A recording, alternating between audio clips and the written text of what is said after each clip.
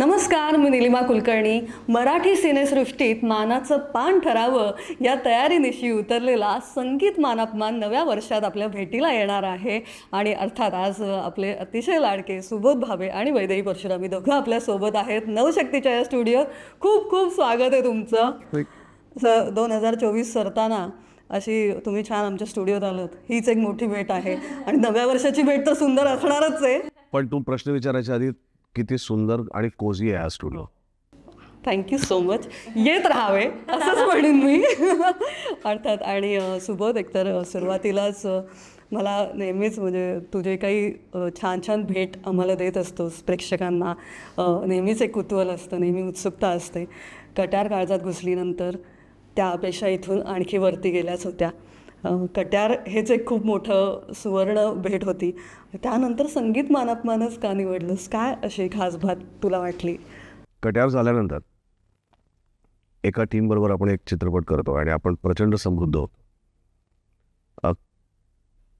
कट्यारनी मला खूप दिलं. म्हणजे मी असं समजतो की मी प्रत्यक्ष फिल्म इन्स्टिट्यूटमध्ये कधी शिकलो नाही, मला कधी शिकायला मिळालं नाही, किंवा तेव्हा हे डोक्यातही नव्हतं की आपल्याला पुढे या क्षेत्रात येऊन करिअर करायचं आहे. त्यामुळे तिथे शूटिंगसाठी गेलो होतो, पण शिकण्यासाठी नाही गेलो.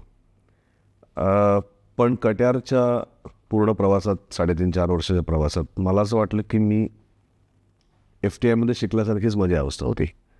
म्हणजे डिरेक्शन करतात म्हणजे नेमकं काय करतात याचं काही ज्ञान नसलेला मी त्या स्कूलमध्ये शिकून बाहेर पडलो, ज्याच्यात सुधीर पलसानेसारखा सिनेमॅटोग्राफर होता, अनमोल भावेसारखा साऊंड डिझायनर होता, प्रसाद सुतारसारखा VFX डिझायनर होता, किंवा आमचे संतोष पुटाणे आर्ट डिरेक्टर होते, नचिकेत बर्वेसारखा कॉस्ट्युम डिझायनर होता, संतोष मुळेकरसारखा पार्श्वसंगीत करणारा होता, शंकर एहसान लॉयसारखे संगीत दिग्दर्शक होते, गायक होते, समीर सामंत, मंदार मंगेश कांगणेसारखे गीतकार होते, सचिनजींसारखा एक वेगवेगळ्या स्कूल बघून समृद्ध झालेला अभिनेता, निर्माता, लेखक, दिग्दर्शक, गायक, नृत्य करणारा असा एक मल्टी टॅलेंटेड चेहरा होता. आणि काम करणारी सगळीच अतिशय उत्तम मंडळी. आणि शंकरजी अर्थातच. शंकरजी होतेच. म्हणजे ते पण मला असं वाटलं की या सगळ्यांबरोबर काम करताना त्या प्रत्येक डिपार्टमेंटला, आणि डिरेक्टर असल्यामुळे एक फायदा काय असतो ना, तुला सगळ्या डिपार्टमेंटला खूप जवळनं बघता येतं, त्यांचं काम बघता येतं, ते कशा पद्धतीने काम करतात ते तुला समजून घेता येतं. अभिनेता म्हणून आपला इतका संबंध येत नाही. आपण येतो, दिवसभर व्हॅनिटीत बसतो, उपतो, आपला सीन शॉट देतो, परत व्हॅनिटीत जाऊन बसतो, पॅकअप झालं घरी जातो, हॉटेलमध्ये जातो, उद्या सकाळी कितीचा कॉल टाईम विचारतो. त्यांची सकाळी 6ची शिफ्ट असते, आपलं दुपारी 2चा कॉल टाईम असतो. ते काय करतात आपल्याला माहिती नसतं. चित्रपट झाला की आपण डबिंगला जातो आणि आपला चित्रपटाचा संबंध संपतो. तो चित्रपट रिलीज झाला तर आपण प्रमोशनला जातो, नाही झाला तर आपण आपले पैसे मिळालेले असतात, आपण सुखात असतो. इतकं आपलं तुटक नातं असतं कधी कधी चित्रपटांबरोबर. पण दिग्दर्शक म्हणून काम करत असताना या सगळ्या डिपार्टमेंटबरोबर तुझं काम येतं, कारण प्रत्येक डिपार्टमेंट तुझ्या स्वप्नाला साकार करण्यासाठी झटत असतं. आणि एक पहिला चित्रपट करताना जेव्हा शूटिंगचा शेवटचा दिवस झाला तेव्हा मी विचारलं, आता पुढे काय करतात? म्हणजे इतकं मला माहिती नव्हतं. ते मी कोणाकडे असिस्टंट डिरेक्टर म्हणून काम नाही केलं. एक माझं स्वप्न इतरांना विचारलं होतं की ते करतील का, पण त्यातलं कोणी इंटरेस्ट नाही दाखवला. मग म्हटलं मीच करतो की त्याच्यात काय होईल, पडेल फार तर याच्यापेक्षा अजून काय होईल. तो इम्प्रॉम्प्टू डिसिजन होता. तो इम्प्रॉम्प्टू डिसिजन होता की ठीक आहे, कोणाला इंटरेस्ट नाही पण मला आहे तर मीच करतो डिरेक्ट. आणि माझ्या सुदैवाने मला खूप चांगली टीम मिळाली. आणि माझ्या या प्रश्नावर कोणी हसलं नाही किंवा कोणी मला असं दाखवून नाही दिलं की किती अज्ञानी असतो आणि तू काय डिरेक्टर म्हणून इकडे आला आहेस, किंवा तुला काय माहिती नाही तू काय मला. आणि मग कधी कधी लोक तुमच्या या अवस्थेचा गैरफायदा घेतात, तुम्हाला चुकीचा मार्ग दाखवतात, रस्ता दाखवतात, आणि तुम्हाला असं वाटतं तेच खरं आहे आणि तुम्ही त्याच्यात फसत जाता. माझ्या सुदैवाने मला टीम अशी मिळाली की ज्यांनी ना माझ्यावरती कधी हसले, ना मला त्यांनी हे जाणून दिलं की माझं पहिलं दिग्दर्शन आहे, ना मला त्यांनी त्यांचं या क्षेत्रातलं काम किती आहे याची जाणीव मला करून दिली. इनफॅक्ट मला बोट धरून, खांद्यावर हात टाकून, एखाद्या मित्रासारखं त्यांनी प्रत्येक डिपार्टमेंटमध्ये फिरवलं. आणि चित्रपटानंतरची प्रोसेस इतकी सुंदर पद्धतीने माझ्याबरोबर त्यांनी प्रवास केला की मला असं वाटलंच नाही की ही माझी पहिली फिल्म आहे. मला असं वाटलं की मला पण नाही वाटलं रे की इतक्या सुंदर पद्धतीने त्यांनी मला करून दिलं आणि मला असं वाटलं की ही जर टीम माझ्याबरोबर आहे आणि तर मला या लोकांना सोडायचं नाही आहे. मला काही ना काहीतरी करत राहायला पाहिजे की जेणेकरून मी याच माणसांबरोबर परत परत काम करत राहीन, परत परत कलाकार म्हणून समृद्ध होत राहीन, परत परत माझ्या डोक्यातल्या आलेल्या कल्पना प्रत्यक्षात आणण्यासाठी झटत राहीन. मग त्याच्यानंतर काशीनाथ घाणेकर आला, तेव्हा दिग्दर्शक अर्थात अभिजित होता, पण टेक्निकल टीम तीच होती. मी एक काम करत होतो अभिनेता म्हणून. आणि मग त्याच्यानंतर कट्यार संपलं, कट्यार रिलीज झाला आणि असं वाटलं आता काय पुढे, म्हणजे आता परत काहीतरी केलं पाहिजे. आणि शंकरजी आणि मी ठरवलं की चला एक नेक्स्ट म्युझिकल. शंकरजीनं म्हटलं चलो मैं कुछ ना कुछ ढूंढता हूं. आणि संगीत मनापण नाटक वाचलं 2016ला. त्याच्यात मला काही तेव्हा 2016ला तेव्हा मला काही आढळलं नाही त्याच्यात. म्हणजे मला कळत नव्हतं की माझा फोकस पॉईंट काय आहे. त्यामुळे तेव्हा मी बाजूला ठेवलं. तेव्हा काही मला त्याच्यात सापडलं नाही. मग आम्ही दुसरा एक विषय घेतला, त्याच्यावरती 2.5-3 वर्ष काम केलं. पण म्हणावं तसं ते स्क्रिप्टमध्ये उतरत नव्हतं. लेखक बदलून झाले, ॲप्रोच बदलून झाला, पण ते स्क्रिप्टमध्ये उतरत नव्हतं. म्हणलं आपलं नाही आहे, हे वर्कआउट नाही होत आहे. म्हणजे कदाचित मान्य नसेल की हा चित्रपट व्हावा, असं बाजूला ठेवूया. आता परत एकदा म्हटलं मानापमान उघडून बघूया. 2019ला परत मानापमान वाचलं आणि मला असं लक्षात आलं की मी कुठे चुकतोय. माझा ॲप्रोच चुकत होता त्याच्याकडे बघण्याचा, नाटकाकडे बघण्याचा, स्क्रिप्टकडे बघण्याचा, किंवा नेमकं काय हवं आहे ते शोधण्याचा. आणि नाटक वाचून झालं, मी बाजूला ठेवलं. म्हटलं झालं माझं काम. आता मला नाटकाचं परत वाचायचं नाही. मला नाटक, मला हवा तो जन्म मला मिळाला. आणि शिरीष गोपाळ देशपांड्यांकडे मी 2019ला गेलो आणि आम्ही लेखनाची प्रक्रिया सुरू केली. तोपर्यंत निखिलला माहिती होतं की मानापमान करतो आहे, तो तेव्हापासून बरोबर होता. पडतरांनी माहिती होतं, तेही बरोबर होते. शंकरजी आणि मला करायचंच होतं, त्यामुळे ते बाय डिफॉल्ट ते होते. बाकी टीम असणारच होती. ॲक्टर गायब ठरले नव्हते, कारण स्क्रिप्ट पूर्ण व्हायचं होतं. आणि आम्ही लिखाण प्रक्रिया करायला सुरुवात केली 2023मध्ये. 3.5 वर्षानंतर फायनली आपल्याला हवं तसं स्क्रिप्ट 25 ड्राफ्ट न आवडलेले फेकून दिल्यानंतर 26वा ड्राफ्ट आवडला, जो हा चित्रपट आहे. हे नाटकापेक्षा किती वेगळं असणार खूप आहे, वेगळं. कारण तुम्ही प्रेरित म्हणताय तर खूप वेगळं आहे. अनेकांना ते प्रश्न असतील. नाही, खूप वेगळं आहे. मुळात ते नाटक गाजलं होतं गाण्यांमुळे. कट्यार नाटकाची गोष्ट वेगळी होती. कट्यार नाटकातच एक इनहरंट प्रचंड मोठा ड्रामा होता, एक नाट्य होतं. 6 स्ट्रॉंग कॅरेक्टर्स होती. त्या कॅरेक्टरमध्ये एक इंटरपर्सनल एक कॉन्फ्लिक्ट होता, एक वॉर होता, गायकांची गोष्ट होती, ईर्ष्या होती, जेलसी होती, प्रेम होतं, श्रद्धा होती, सगळं होतं. ते त्या स्क्रिप्टमध्येच होतं. मानापमानमध्ये तसं नाही. मानापमान एक सरळ रेषेत जाणारं नाटक आहे. त्याच्यात असं प्रचंड नाट्यमय असं नाटकात काही घडत नाही. गाणी येतात, 67 गाणी येतात. ती बालगंधर्व गातात, दीनानाथ मंगेशकर गातात, केशवराव भोसले गातात. त्याच्यामुळे गाण्यांच्या पलीकडे लोकांचं नाटकात लक्ष जाण्याचं काही कारण नाही. खाडीलकरांनी गाणी उत्तम लिहिली आहेत, टेंब्यांनी अप्रतिम संगीत रचना केली आहे. त्यामुळे सरळ रेषेत जाणारं नाटकसुद्धा लोकांच्या लक्षात राहिलं. त्यांचा उद्देश वेगळा होता. त्यांचा उद्देश होता त्या काळातल्या सरकारी नोकऱ्यांसाठी धावणाऱ्या लोकांना पारतंत्र्यात असताना आपल्या देशासाठी काम करण्याची, त्यांना प्रेरित करण्याची, या संपत्तीपेक्षा शौर्य महत्त्वाचं आहे हे सांगण्याची त्यांना नितांत गरज वाटली, म्हणून नाटक लिहिलं.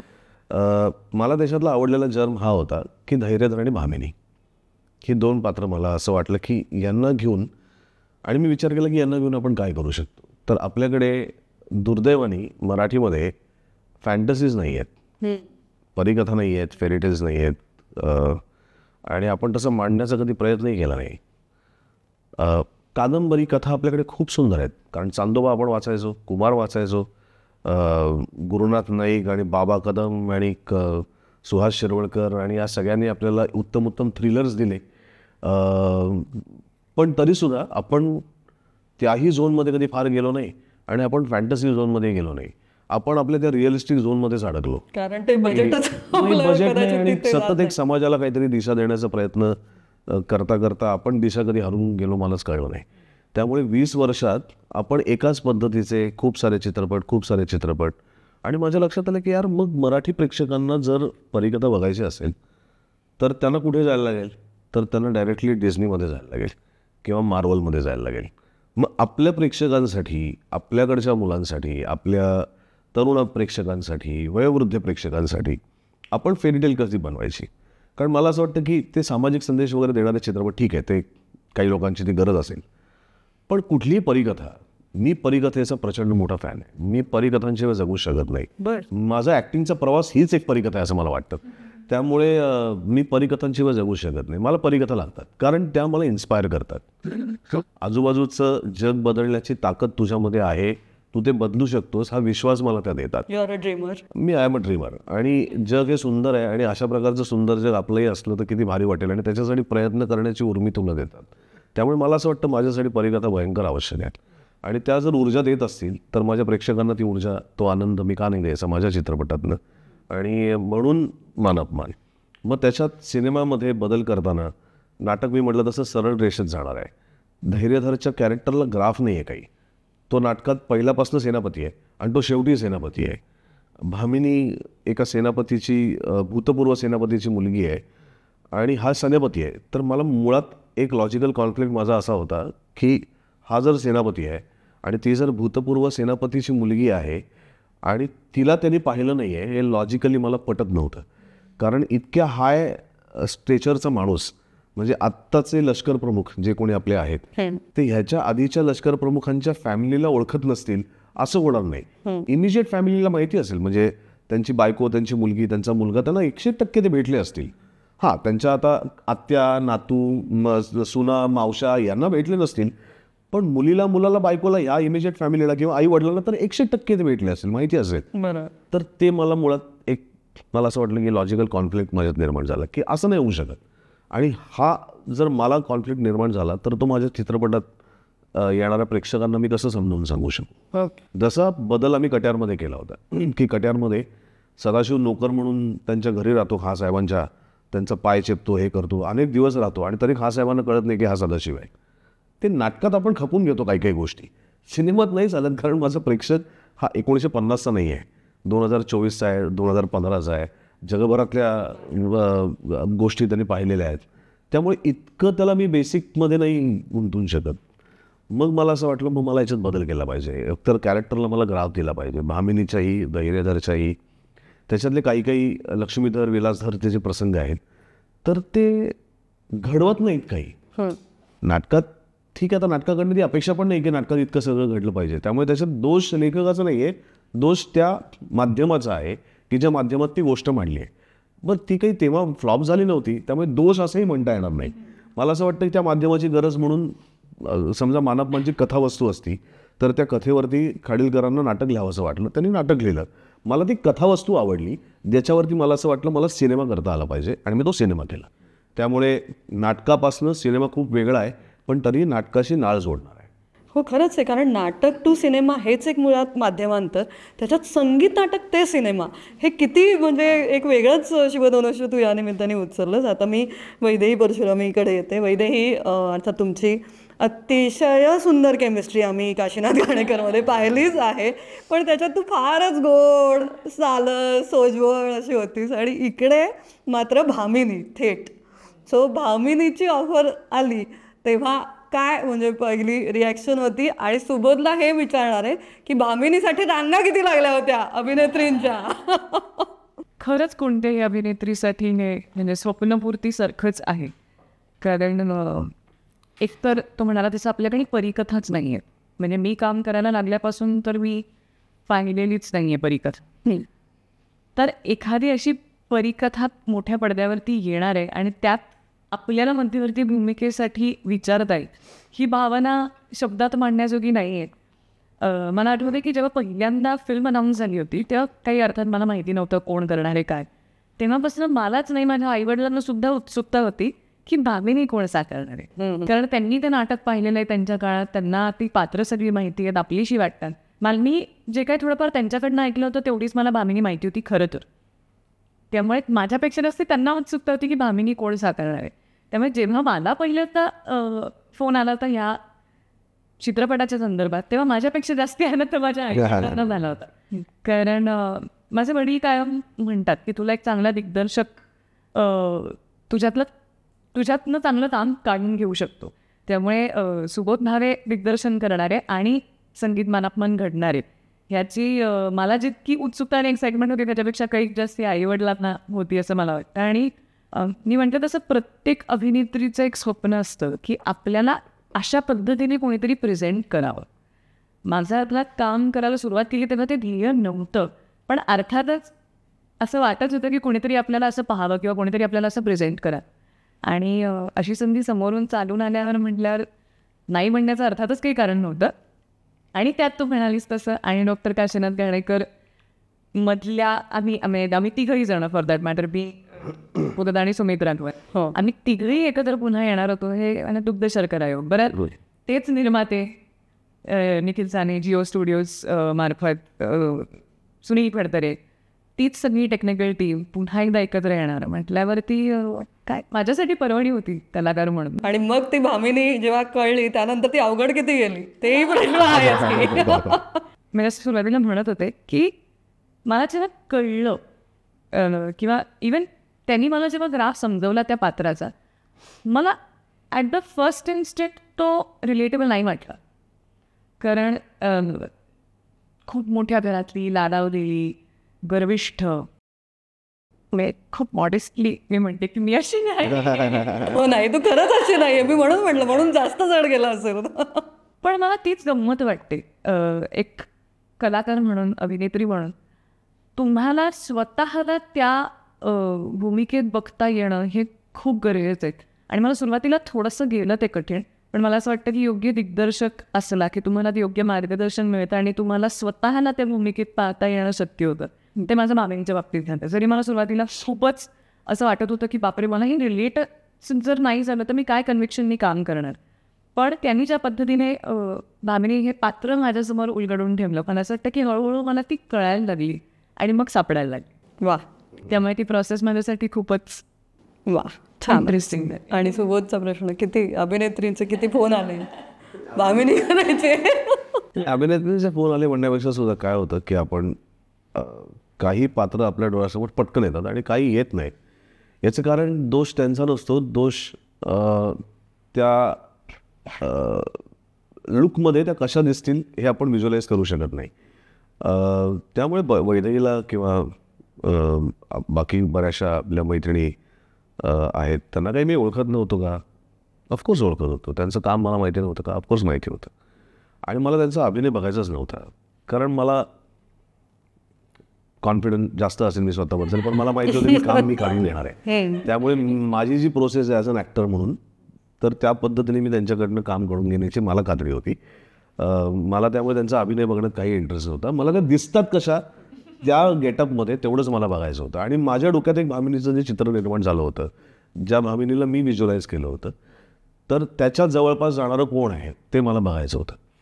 त्यामुळे वैदेहीचं नाव डे वनपासून डोक्यात होतं की हां वैदेही. पण होतं काय, आत्ता ही जशी दिसते ना, ही जर नऊवारी नेसून तुझ्यासमोर आली तर गरजेचं नाही की त्या याच्यात पण ती तितकीच तुझ्यासमोर येईल, कारण नऊवारी नेसल्यानंतर ना मुलींचे चेहरे बदलतात. तुझ्या केसांची स्टाईल काय आहे, काहींचे केस खूप इथे डोक्यावरती जास्त असतात, त्यामुळे त्यांचा फुगा आला तर त्यांचा चेहरा वेगळा दिसतो. ते चपट बसवले तर चेहरा वेगळा दिसतात. काहींचा चपट केस बसवल्यानंतरही चेहरा वेगळा दिसतो. काही अदरवाईज खूप सुंदर दिसतात पण चपटे केसांमुळे खूप वेगळा.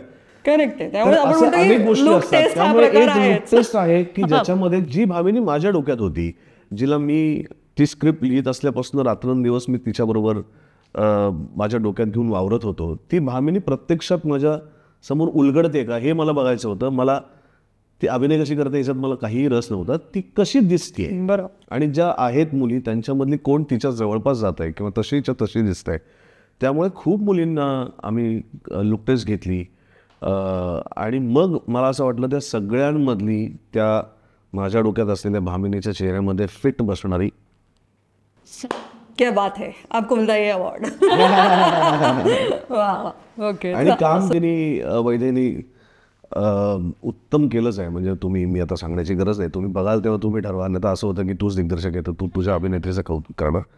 पण मला असं वाटतं की मला अशी भामिनी हवी होती. म्हणजे मी विचार करत होतो की समजा मी प्रेक्षक आहे आणि मी जर थिएटरमध्ये गेलो हा चित्रपट बघायला तर पडद्यावरच्या धैर्यधरचा मला राग आला पाहिजे आणि मी एक मुलगा म्हणून स्वतःला धैर्यधर समजून त्या भाविनीच्या प्रेमात पडलो पाहिजे आणि तिने माझ्या प्रेमात पडावं असं मला वाटलं पाहिजे. वा क्या. हे ज्या दिवशी घडेल त्या दिवशी मी म्हटलं की माझा चित्रपट पोचला असं मला वाटेल. आणि वैदेहीने त्या पद्धतीने ते केलं की प्रेक्षकात आलेला प्रत्येक जण तिच्या प्रेमात पडल्याशिवाय राहणार नाही. दिसण्याच्या नाही म्हणत आहे मी, कामाच्या. नक्की. मला असं वाटतं दिग्दर्शक जेव्हा अभिनेता असतो तो एवढा मनस्वी असतो तेव्हा मला असं वाटतं की जे घडतं समोर ते असं इतकं सुंदर. अर्थात सुबोध, मी तेच म्हणेन की तू कमालीचा अभिनेता आहेसच, तू तितकाच मनस्वी माणूस आहेस आणि म्हणूनच ती इमोशन्स ती जेव्हा तू पडद्यावर साकारतोस ती कमाल असतात. मला आत्ता कुठेतरी इतकं काहीतरी एक छान देजाऊ मलाच आत्ता झाला तुझ्याशी बोलताना की बालगंधर्वमध्ये सुद्धा नाथा नाही मी बोलत होतं आणि याच्यात आता नाथा नाही बोलत एका वेगळ्या रूपात समोर येतं आहे. तेव्हा एक अभिनेता म्हणून अर्थातच ती अतिशय कमाल तू साकारलं होतंस. इथे आता दिग्दर्शनातून नाही मी बोलत तर वेगळंच समोर येतं आहे. I just want to connect the dots. काय होतं हे, किंवा तेव्हा वाटलं होतं कधी की हे आपण कधी करणार आहोत मनापासून? बालगंधर्वच्या वेळेला कधी वाटलं? नाही, कधीच नाही वाटलं. असं कधीतरी आयुष्यात म्हणजे बालगंधर्व चित्रून मी कधीतरी कट्यारसारखं पिक्चर डिरेक्ट करेन हेही नव्हतं वाटलं. त्यामुळे पुढचं काहीतरी त्याचा प्रवास घडेल असं. बघ ना, हे आता कनेक्ट डॉट्स करताना हे किती सुंदर प्रवास वाटतोय हा की तू बालगंधर्व साकारलास आणि तू कुठेतरी त्या संगीत रंगभूमीशीच जोडला गेलो. आणि कदाचित मी एकमेव ऍक्टर आहे की ज्यांनी एकाच नाटकातल्या दोन्ही भूमिका केल्यात, स्त्री आणि पुरुष. एक्झॅक्टली 2 गाणी त्याच्या आयुष्यात आले जेव्हा एकीकडे तो भामिनी होता आणि एकीकडे तो धैर्यधर आहे. खरंच आहे, मला हे फारच सुंदर वाटलं. म्हणेन फार ते गाण्याचं शूटिंग होताना काय होत होतं काय, मला I want to dig into this. Yes, मी शक्यतो तिच्यापासून मला बाजूला ठेवायचा प्रयत्न करतो, कारण मला कुठेही मी भामिनी म्हणून त्या चित्रपटात, कारण मी बालगंधर्वांची भामिनी साकारत होतो, नुसती भामिनी साकारत नव्हतो. त्यामुळे त्यांनी जे केलं आहे त्याचं पावित्र्य सांभाळणं हे तेव्हा त्या भामिनीची गरज होती चित्रपटातल्या. आणि ही भामिनी स्वतंत्र होती, याच्यावर कोणाचं बायोपिक नसल्यामुळे कसलं बंधन नव्हतं. बरं. त्यामुळे ती तिचं काम करत असताना मला जाऊन कुठेही मध्ये मला काय वाटतं तू जरा असं काही तिला सांग मी भामिनी साकारली आहे. त्यामुळे मी तिचं काम चालू असताना मी तिच्या आजूबाजूला फिरकत नव्हतो. दीपाली तिचं कोरिओग्राफ करत होती, तिला माहिती होतं तोपर्यंत तिचं कॅरेक्टर काय. त्यामुळे मी शक्यतो अवघा दीपा चालूच झालं त्याचं. तू धैर्यधर असणंच एन्जॉय केलं. मी धैर्यधर असणं एन्जॉय केलं. तेव्हा अर्थात नाथा नाही मी बोलत हा इनएव्हिटेबल आहे. आणि अर्थात यानंतर बरीच गाणी जी अतिशय सुंदर गाण्यांचा कोलाजच समोर आला. 18 गायक 14 गाणी सुबोध, म्हणजे याच्यासाठी आहे आज अवॉर्ड सेरेमनी. पण खरंच म्हणजे हे अर्थात खूप अवघडही असेल. शंकरजींची साथ होतीच, पण कशा पद्धतीने हे सगळं समोर आलं. खरं तर 10च गाणी आधी डोक्यात होती चित्रपट शूट करताना, आणि 10च गाणी आम्ही शूट केली. त्याच्यात बरेचसे एक्स्ट्रा शॉट्स माझ्याकडे होते शूट करत असताना. आणि जेव्हा एडिटला आम्ही बसलो तेव्हा मॉन्टाज शॉट्स यायला लागले. आणि मग असं विचारलं की इथे आता नाटकातले कुठले गाणी आपल्याला आवडले आहेत जे आपण आधी घेऊ शकलो नव्हतो, पण ती याच्यावरती बसतील. आता इथे तुझा परिचयच आहे तो, म्हणजे काय होतं की तू किती कुठल्याही गाण्याच्या प्रेमात असशील, पण चित्रपटाच्या कथेची डिमांड काय आहे. मला नयने लाजावी तर खूप आवडतं गाणं, पण ते जात नाही ना त्या सिच्युएशनला. म्हणजे तसा प्रसंग नाही माझ्याकडे. मग उगाच अट्टहास म्हणून नयने लाजावी तर मला आवडतं, तर मग मी आनंद पाटीलला सांगेन की घरी आणि गा आणि मी ऐकेन. पण कथेची गरज नसताना, त्याच्यात ते बसत नसताना बळजबरीने तिथे बसवायला लावणं, तर मला असं वाटतं तो चित्रपटाच्या कथेवर अन्याय आहे. आणि म्हणून नयने लाजवितासारखं गाणं किंवा खरा तो प्रेमासारखं गाणं किंवा युवती मनासारखं गाणं ही आवड ती असूनही घेतली नाहीत, कारण ती चित्रपटाच्या प्रसंगांमध्ये बसत नव्हती. पण रवी मी बसत होतं, मला मदन भासया बसत होतं, प्रेमसेवा शरण बसत होतं, किंवा शुरामी वंदेले अर्थातच बसत होतं, किंवा शौनकनी गायलेलं रणगगन साधना हे एक वेगळंच गाणं जे मी पण कधी मानापनमध्ये ऐकलं नव्हतं. मला असं वाटलं अरे काय प्रतिभा आहे गोविंदराव टेंब्यांची की रॅप वाटावं असं गाणं त्या काळात 113 वर्ष पूर्वी त्यांनी डिझाईन केलं, कंपोज केलं. तर ते गाणं आम्ही घेतलं कारण ते बसत होतं त्या प्रसंगांना. आणि जी गाणी बसत नव्हती ती नाही घेतली. म्हणजे त्याच्यावर काही माझा त्या गाण्यांवरती राग आहे म्हणून नाही, पण मला असं वाटतं की माझा चित्रपट यशस्वी व्हावा किंवा यशस्वी व्हावा याच्यासाठी आम्ही सगळे प्रयत्न करतोच आहे, पण तो तेव्हाच यशस्वी होईल जेव्हा मी त्याच्या कथेशी प्रामाणिक राहील. आणि माझ्यासाठी कुठल्याही गोष्टीपेक्षा महत्त्वाची आहे ती माझ्या चित्रपटाची कथा आणि त्याचं स्क्रिप्ट, कारण त्याच्या पलीकडे काही नाही. त्यामुळे ते जर डिमांड करत नाही तर मी त्याला अनावश्यक काही देणार नाही, आणि ते जर डिमांड करत आहे तर ते मागेल ते मी त्याला देईन. वा, आणि कशा प्रतिक्रिया तुझ्यासमोर येत आहेत, तुमच्यासमोर येत आहेत आता? खूप छान आहेत, लोक खूप पॉझिटिव्हली त्याच्याकडे बघतायत. हे बघ, काही काही गोष्टी असतात जे कधी तू काही केलंस तरी लोक ज्यांना नावं ठेवायचं ते ठेवतच असतात. आमच्या काळात असं नव्हतं, आमच्या नाटकात असं नव्हतं, कधी-कधी तुलना होऊ शकते. तबला पेटी असं नव्हतं, तुम्ही नाटकाची वाट लावली ती कट्यारपासून ऐकतोय मी, त्यामुळे ते मी धरतही नाही. मला असं वाटतं की माझा प्रेक्षक तो आहे जो सिनेमाचं तिकीट काढून प्रेक्षागृहात जाईल, चित्रपट बघेल, आवडला तर हक्काने सांगेल आणि नाही आवडला तरी हक्काने सांगेल, तो माझा प्रेक्षक आहे. त्यामुळे पिक्चर न बघता तिथे येणाऱ्या कमेंट्सला आम्ही त्याच्या खूप कमेंट्स आल्या म्हणून मी भारावूनही जात नाही आणि खूप निगेटिव्ह कमेंट आल्या म्हणून मी नाराजही होत नाही, कारण दिग्दर्शक म्हणून माझं जे काम होतं ते मी अत्यंत प्रामाणिकपणे केलं आहे. आणि मला खात्री आहे की हा चित्रपट एक अतिशय उत्तम असा व्यावसायिक चित्रपट झाला आहे. इट्स अ कमर्शियल फिल्म जी तुम्हाला सिनेमागृहात गेल्यानंतर ज्या ज्या भावना तुमच्या उद्दीपित व्हाव्यात असं तुम्हाला वाटतं त्या सगळ्या तुमच्या भावभावनांच्या आलेखाला न्याय देईल असा चित्रपट आहे. तुम्हाला रडावंसं वाटेल, तुम्हाला हसावंसं वाटेल, तुम्हाला प्रेमात पडल्याचं फिलिंग येईल, तुम्हाला अंगावर रोमांच आल्यासारखं वाटेल, तुम्हाला राग येईल. हे सगळं तुम्हाला थिएटरमध्ये गेल्यानंतर होईल, कारण ते नाट्य त्या संहितेमध्ये, चित्रपटाच्या संहितेमध्ये निर्माण केलं आहे आम्ही 3.5-4 वर्ष. शिरीष गोपाळ देशपांडे, ऊर्जा देशपांडे, प्राजक्त देशमुख या सगळ्या माझ्या लेखकांनी, आणि ते नाट्य मला असं वाटतं की तुम्हाला पडद्यावरती बघताना फार मजा येणार आहे.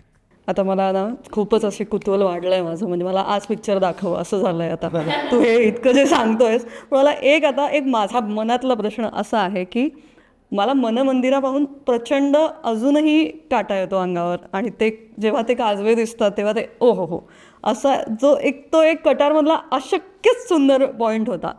इथे अशी काही सरप्राईजेस असणार आहेत का? नाही, मला असं वाटतं की तू प्रेक्षक म्हणून काय प्रकारे त्याच्यावर जातोस त्याच्यातले आहेत. आणि त्याच्यातली गोष्ट वेगळी होती. त्याच्यातली गोष्ट अशी होती की अगेन परत नाटकात न पटलेली गोष्ट होती, पण चित्रपटात म्हणूनच ती घातलेली गोष्ट होती. नाटकातला सदाशिव मला नाही पटला की जो भाबडा आहे, जो जन्मजात गायक आहे, आणि मला असे जन्मजात कलावंत असलेले लोक मला जरा चित्रपटासाठी धोकादायक वाटतात, कारण त्यांचा स्ट्रगल नाही मिळत ना मला. माझा प्रॉब्लेम तो आहे की त्यांच्यावरती आत्मवृत्त लेख लिहू शकतो मी, पण चित्रपटात मला नाट्य लागतं, जे नाट्य माझं हरवतं त्याचं काय करू? तो संघर्ष हवा. त्यामुळे तो संघर्ष पाहिजे, त्याचा स्वतःशी पाहिजे, त्याचा समाजाशी पाहिजे, त्याचा कलेला मिळवण्यातला संघर्ष पाहिजे, तर त्याचं गाणं अजून जास्त तावून सुलाखून निघतं. तर तसं नाटकातला सदाशिवचं नव्हतं, तो जन्मजातच गायक होता. माझ्या सदाशिवला जन्मजात गाणं त्याच्या आजूबाजूला पण नसलं पाहिजे असं माझा अट्टाहास होता. हो, तो गाणं त्याला काहीतरी आमिष म्हणून आलं पाहिजे, आणि त्याला आमिष म्हणून काय येतं, कारण त्याला काजव्यांचा दिवा बनवायचा आहे, आणि त्याच्या एक लक्षात येतं की असं जर काहीतरी केलं गाणं तर आपल्याला काजवे मिळू शकतात, म्हणून तो गाणं शिकतो. गाण्याच्या प्रेमासाठी नाही शिकत, तो काजव्यांच्या प्रेमासाठी गाणं शिकतो. इव्हेंच्युअली तो त्याचा रियाज करायला लागतो, कारण पंडितजी तो रियाज केला असता काजवे येतील, आणि तो त्याचा रियाज करायला लागतो, आणि मग तो गाण्याच्या प्रेमात पडतो. वा, येस. त्यामुळे तसा मला असं वाटतं की याच्यातला एक सीन जो अगेन तो एक कमालीचा दिग्दर्शकीय पॉइंट होता, जो खूपच अजूनही त्याचे नाही तसा असं मला असं इथे असं काहीतरी असं मॅजिकल उडवणारे म्हणण्यापेक्षा सुद्धा काही काही सीन्स आहेत जे धैर्यधर भामीचे सीन्स आहेत. हा, because you are saying it is fantasy, because you are saying it is परीकथा, काही असं मॅजिकल असणार आहे का? काही सीन्स आहेत जे धैर्यधर भामीचे आहेत. मला असं वाटतं ते तुम्हाला एक गाणं आहे जे सुमितचं आहे, विच इज अ मॅजिकल गाणं, की ते ज्या प्रकारे आम्ही शूट केलं आहे, ज्या प्रकारे आमच्या सगळ्या टेक्निशियन्सनी आणि विशेषतः सुमितनी सगळ्यांनी, समीर सामंतचे शब्द, शंकरजींचं गाणं, जो काड्या लावण्याचा जो त्याचं गाणं आहे सांगू कसा मी तुला, ते गाणं ज्या प्रकारे ते छोट्या स्क्रीनवर मजा नाही, ते जेव्हा तुम्ही मोठ्या पडद्यावरती त्याची गंमत बघाल, ते ज्या प्रकारे शूट केले गेले बघाल, that is a magical moment. आता मला गोष्ट नाही पण मला असं वाटतं धैर्यधर भामीतले बरेचसे प्रसंग आहेत जे आर मॅजिकल. प्या. असं वाटतं की सुबोध आत्ता बरंच काही सांगणार होता, पण ठीक आहे, तरी त्यांनी बरंच काही सांगितलंय असंच मी म्हणेन. आणि वैदेही अर्थात म्हणजे आपण आता सुबोध खूप वेळ बोलतोय, आपण त्याला ब्रेक देऊन मला हे विचारायचं आहे, अर्थात पण प्रश्न सुबोध विषयीच आहे की त्याच्याबरोबर तू जसं को ॲक्टर म्हणून काशीनाथमध्ये होतीस, पण इथे एक दिग्दर्शक म्हणून सुबोध कसा वाटला तुला? मी यापूर्वी पण म्हटलं की तुम्ही एखाद्या व्यक्तीबरोबर काम केलं की तुम्हाला असं वाटतं की हां मला कळली आहे ती व्यक्ती. तसं मला काशीनाथ नंतर वाटत होतं की हां इतके दिवस आम्ही एकत्र घालवलेत, आम्ही इतका छान वेळ घालवला त्याच्याकडे, एकत्र मला शिकायला मिळालं, मला कळली आहे ही व्यक्ती. हां, परंतु असं नाही होत असं माझ्या लक्षात आलं. आणि फक्त म्हणजे एका ॲक्टरबरोबर दुसरा सिनेमा फक्त ॲक्टर म्हणून करणं सुद्धा तुम्हाला काहीतरी वेगळा अनुभव देऊन जातो. ह्याच्या बाबतीत तर रोलही वेगळा होता यावेळेस आता. म्हणजे सहकलाकार तर होताच, पण दिग्दर्शकही होता. त्याच्या स्वभावातले गुण, माणूस म्हणून त्याच्यातले पैलू आणि तो दिग्दर्शक म्हणून कसा आहे हे सगळं मला नव्याने पाहायला मिळालं. म्हणजे आज त्यांनी जी काही माणसं जोडली आहेत, जी आज त्याच्या प्रेमाखातर काहीही करायला तयार होतील त्या कलाकृतीसाठी, ती का हे मला या सिनेमाच्या प्रोसेसच्या दरम्यान जाणवलं.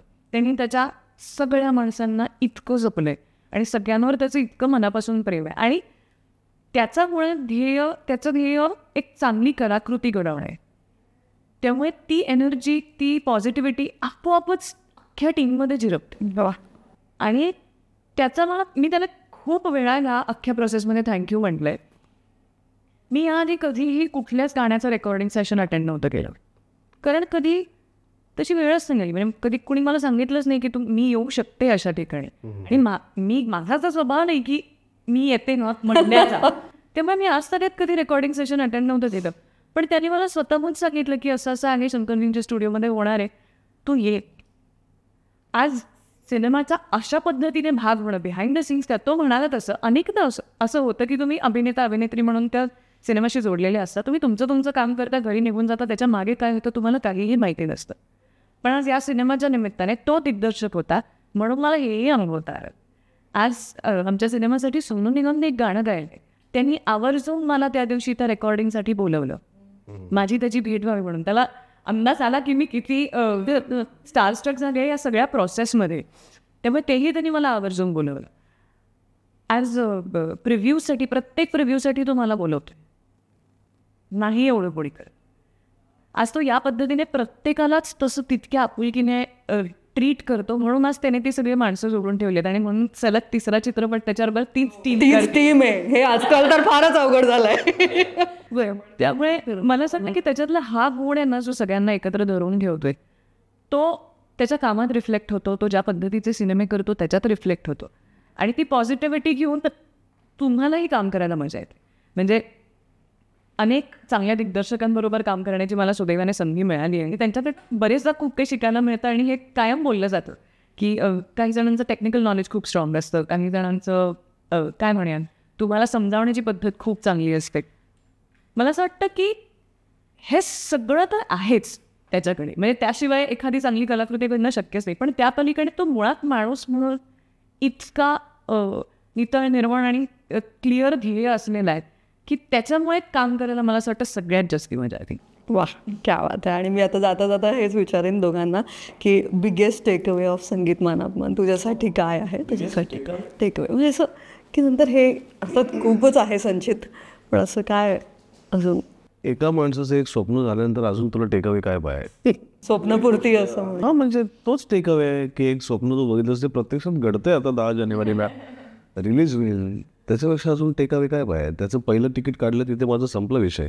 वा, काय मी आता याच्यापेक्षा अजून काय मागू? की एक विचार डोक्यात आला, एक स्वप्न बघितलं, ते पूर्ण होत आहे. वेळ किती लागला? तो लागणारच होता, कारण त्याच्यासाठी तेवढा वेळ द्यायलाच पाहिजे. पण ते पूर्ण होत आहे आणि त्या सगळ्या लोकांबरोबर पूर्ण होत आहे ज्या लोकांमुळे माझ्या नावापुढे दिग्दर्शक असं लागलं आहे. त्यामुळे तोच टेकअवे तेच आहे. मला असं वाटतं की या इंटरव्ह्यूमध्ये तू म्हणलाच आहेस की यू आर अ ड्रीमर आणि आता ही स्वप्न ड्रीमर माझी पुढची स्वप्न बघायला सुरुवात झाली, त्याच्यावरती काम बघायला सुरुवात झाली. अर्थातच मी विचारणार आहे ते. मी येते तुझ्याकडे. मला हा प्रश्न नक्कीच विचारायचा आहे की संगीत कट्यार काळजात घुसली, संगीत मान अपमान, आता संगीत काय? नाही, आता संगीत आता थोडं वेगळं आहे. संगीतच आहे पण वेगळ्या प्रकारचं आहे. आजची गोष्ट आहे ती, आता पिरियड फिल्म नाही आहे. आणि खूप आहे म्हणजे पोतडीतनं त्याच्यावरती काम चालू आहे आणि ओरिजिनल गोष्टी आहेत, त्यातल्या कुठल्याही नाटकावरती काही नाही आहे. त्यामुळे जस्ट गिवन अ चान्स. जर तुला एखादं संगीत नाटक जर करायचं असं जर काही डोक्यात तर असतं ना, रूपाला कधी येईल ते बघू आपण, असं कुठलं आहे नाटक करायचं आहे, संगीत नाटकाचा सिनेमा करायचा, असं अजून कुठलं असं नाटक आहे जे मनात आहे? हे मला वाचायला खूप लोकांनी दिली होती पण असं ते भेटलं पण पाहिजे ना. किंवा मला असं वाटतं तुम्ही ते करायला पाहिजे जे गोष्टी तुम्हाला सोडत नाहीत. मी आज वाचून जर मला 5 दिवसानंतर लक्षात नाही राहिलं तर मला असं वाटतं मी ते नाही केलं पाहिजे. हां, कारण ते माझ्या आयुष्याचा भाग नाही झाला आहे. कट्यार केलं कारण मी दिवसा रात्री उठता बसता फक्त कट्यारचा विचार करत होतो. मानापमान केलं कारण जेव्हा मला त्याचा जन्म मिळाला त्याच्यानंतर कितीतरी प्रसंग मानापमानाच्या लिखाणाच्या प्रोसेसमध्ये असे आले की 3-4 वेळा माझ्या टीमच्या समोर मी वाचन केलं, त्यातलं कोणालाही आनंद झाला नाही ते ऐकून. तेव्हा असे अनेक प्रसंग आले की असं वाटलं की यार नाही होतं काय वर्कआउट, दुसरं काहीतरी बघावं का. त्यामुळे असे मागे जाण्याचे खूप प्रसंग आले पण तरी माझा विश्वास होता की आता माझी जर ते आता इतके दिवस माझ्याबरोबर आहेत तर माझा पॉईंट ऑफ व्ह्यू चुकलेला नाही आहे.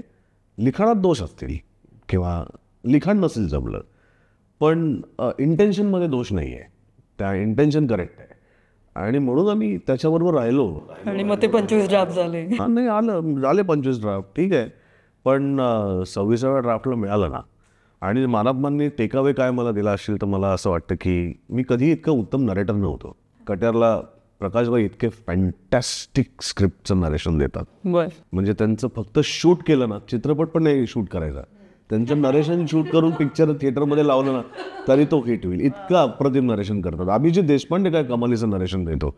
म्हणजे काही काही लेखक इतकं विलक्षण नरेशन देतात ना की ऐकत राहो. तर तसं मला नरेशन नव्हतं फिल्मचं कधी करता येत. कट्यारला पण मला नरेट नाही करता आलं. मी प्रकाशभाईंना सांगेल सर वाचून दाखवा. पण इथे मला नरेशनची गंमत मला मानापमानने दिली. मी टेकावे म्हणशील तर मी नरेट करू शकतो आणि विदाऊट स्क्रिप्ट, हातात स्क्रिप्ट न देता अख्खीच्या अख्खी फिल्म व्हिज्युअली तुझ्यासमोर मी नरेट करू शकतो. कधीतरी तो अंकही पाहायला आवडेल. तर ते मला गोष्टी सांगायला खूप आवडतात आणि ज्या गोष्टी सांगायला आवडतात मला असं वाटतं ते मला मांडायला खूप आवडतात. म्हणूनच असा हाडाचा दिग्दर्शक सुद्धा आहे त्याच्या हात. आणि वैदेही युअर बिगेस्ट टेकअवे. मला असं वाटतं 2 गोष्टी आहेत. एक तर पुन्हा एकदा या सिनेमाच्या निमित्ताने आलेली सगळी माणसं सगळे हितचिंतक आहेत आणि मला असं वाटतं की तो आयुष्यभराचा ठेवा असतो. कारण नाही प्रत्येक वेळेला तुम्हाला इतक्या चांगल्या माणसांबरोबर काम करण्याची संधी मिळेल. त्यामुळे ती एक महत्त्वाची गोष्ट. आणि दुसरं मला असं वाटतं कलाकार म्हणून मी खूप श्रद्धेने आणि पॅशननेच असतात त्यात काम केलं आहे पण तरीही त्यापेक्षा जास्ती कसं द्यायचं आपल्या कामाला हे या सिनेमाने शिकवलं. मला असं वाटतं हितचिंतकांचाच जरा तुटवडा आहे थोडा इंडस्ट्रीत असं वाटलं. त्यामुळे तुला जास्त बरं वाटतंय का?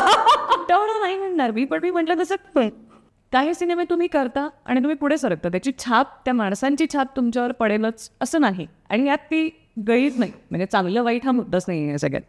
पण मला या सिनेमाच्या बाबतीत आणि डॉक्टर काशीनाथ घाणेकरच्या वेळेस पण मला तेच जाणवलं जे या सिनेमाच्या बाबतीत जाणवलं. सगळ्यांची ती एनर्जी आणि ती पॉझिटिव्हिटी तुमच्या आयुष्यात वैयक्तिक आयुष्यात खूप बदल घडवून जाते. वा, त्यामुळे मला असं वाटतं की माझ्यासाठी सगळ्यात महत्त्वाचा टेकअवे तो आहे. ते मला असं वाटतं की ती माणसं जोडली जाणं अल्टिमेटली जास्त महत्त्वाचं असतं. त्यांनी आणि कमाल केले. मला असं वाटतं की वैदेही ही या फिल्मची सरप्राईज पॅकेज आहे. वैदेही, सुमित आणि नीनाताई आणि त्यांनी कमाल केले. हे अख्खंच सरप्राईज आम्हाला बघायची उत्सुकता खूपच वाढलेली आहे. आणि अर्थात ती माणसं जी तू जोडलीस प्रत्येक टीम सोबत, प्रत्येक सिनेमाला तीच टीम घेऊन तू ती पुढे आणलीस. मला असं वाटतं जाता जाता मी एवढंच म्हणेन की अर्थात खूप खूप धन्यवाद. एवढं छान वेळ काढून आलास. अंगात व्हायरल ताप असताना सुबोध भावे आज आपल्या AC स्टुडिओमध्ये बसलेले आहेत. अर्थात AC कमी आहे पण त्यांचं येणं, या नरिमन पॉईंटला येणं आणि इथे भरभरून आपल्या त्या सिनेमाबद्दल कळकळीने इतकं मनापासून सांगणं, खरंच थँक्यू सो मच. आणि मी खूप मनापासून, मी नक्की हितचिंतक आहे मी खूप मनापासून ही इच्छा नक्कीच व्यक्त करते की खरंच हे संगीत मानापमान सिनेसृष्टीचं मानाचं पान ठरावं. Thank you so much. मोरया. गणपती बाप्पा मोरया. Thank you so much. थँक्यू.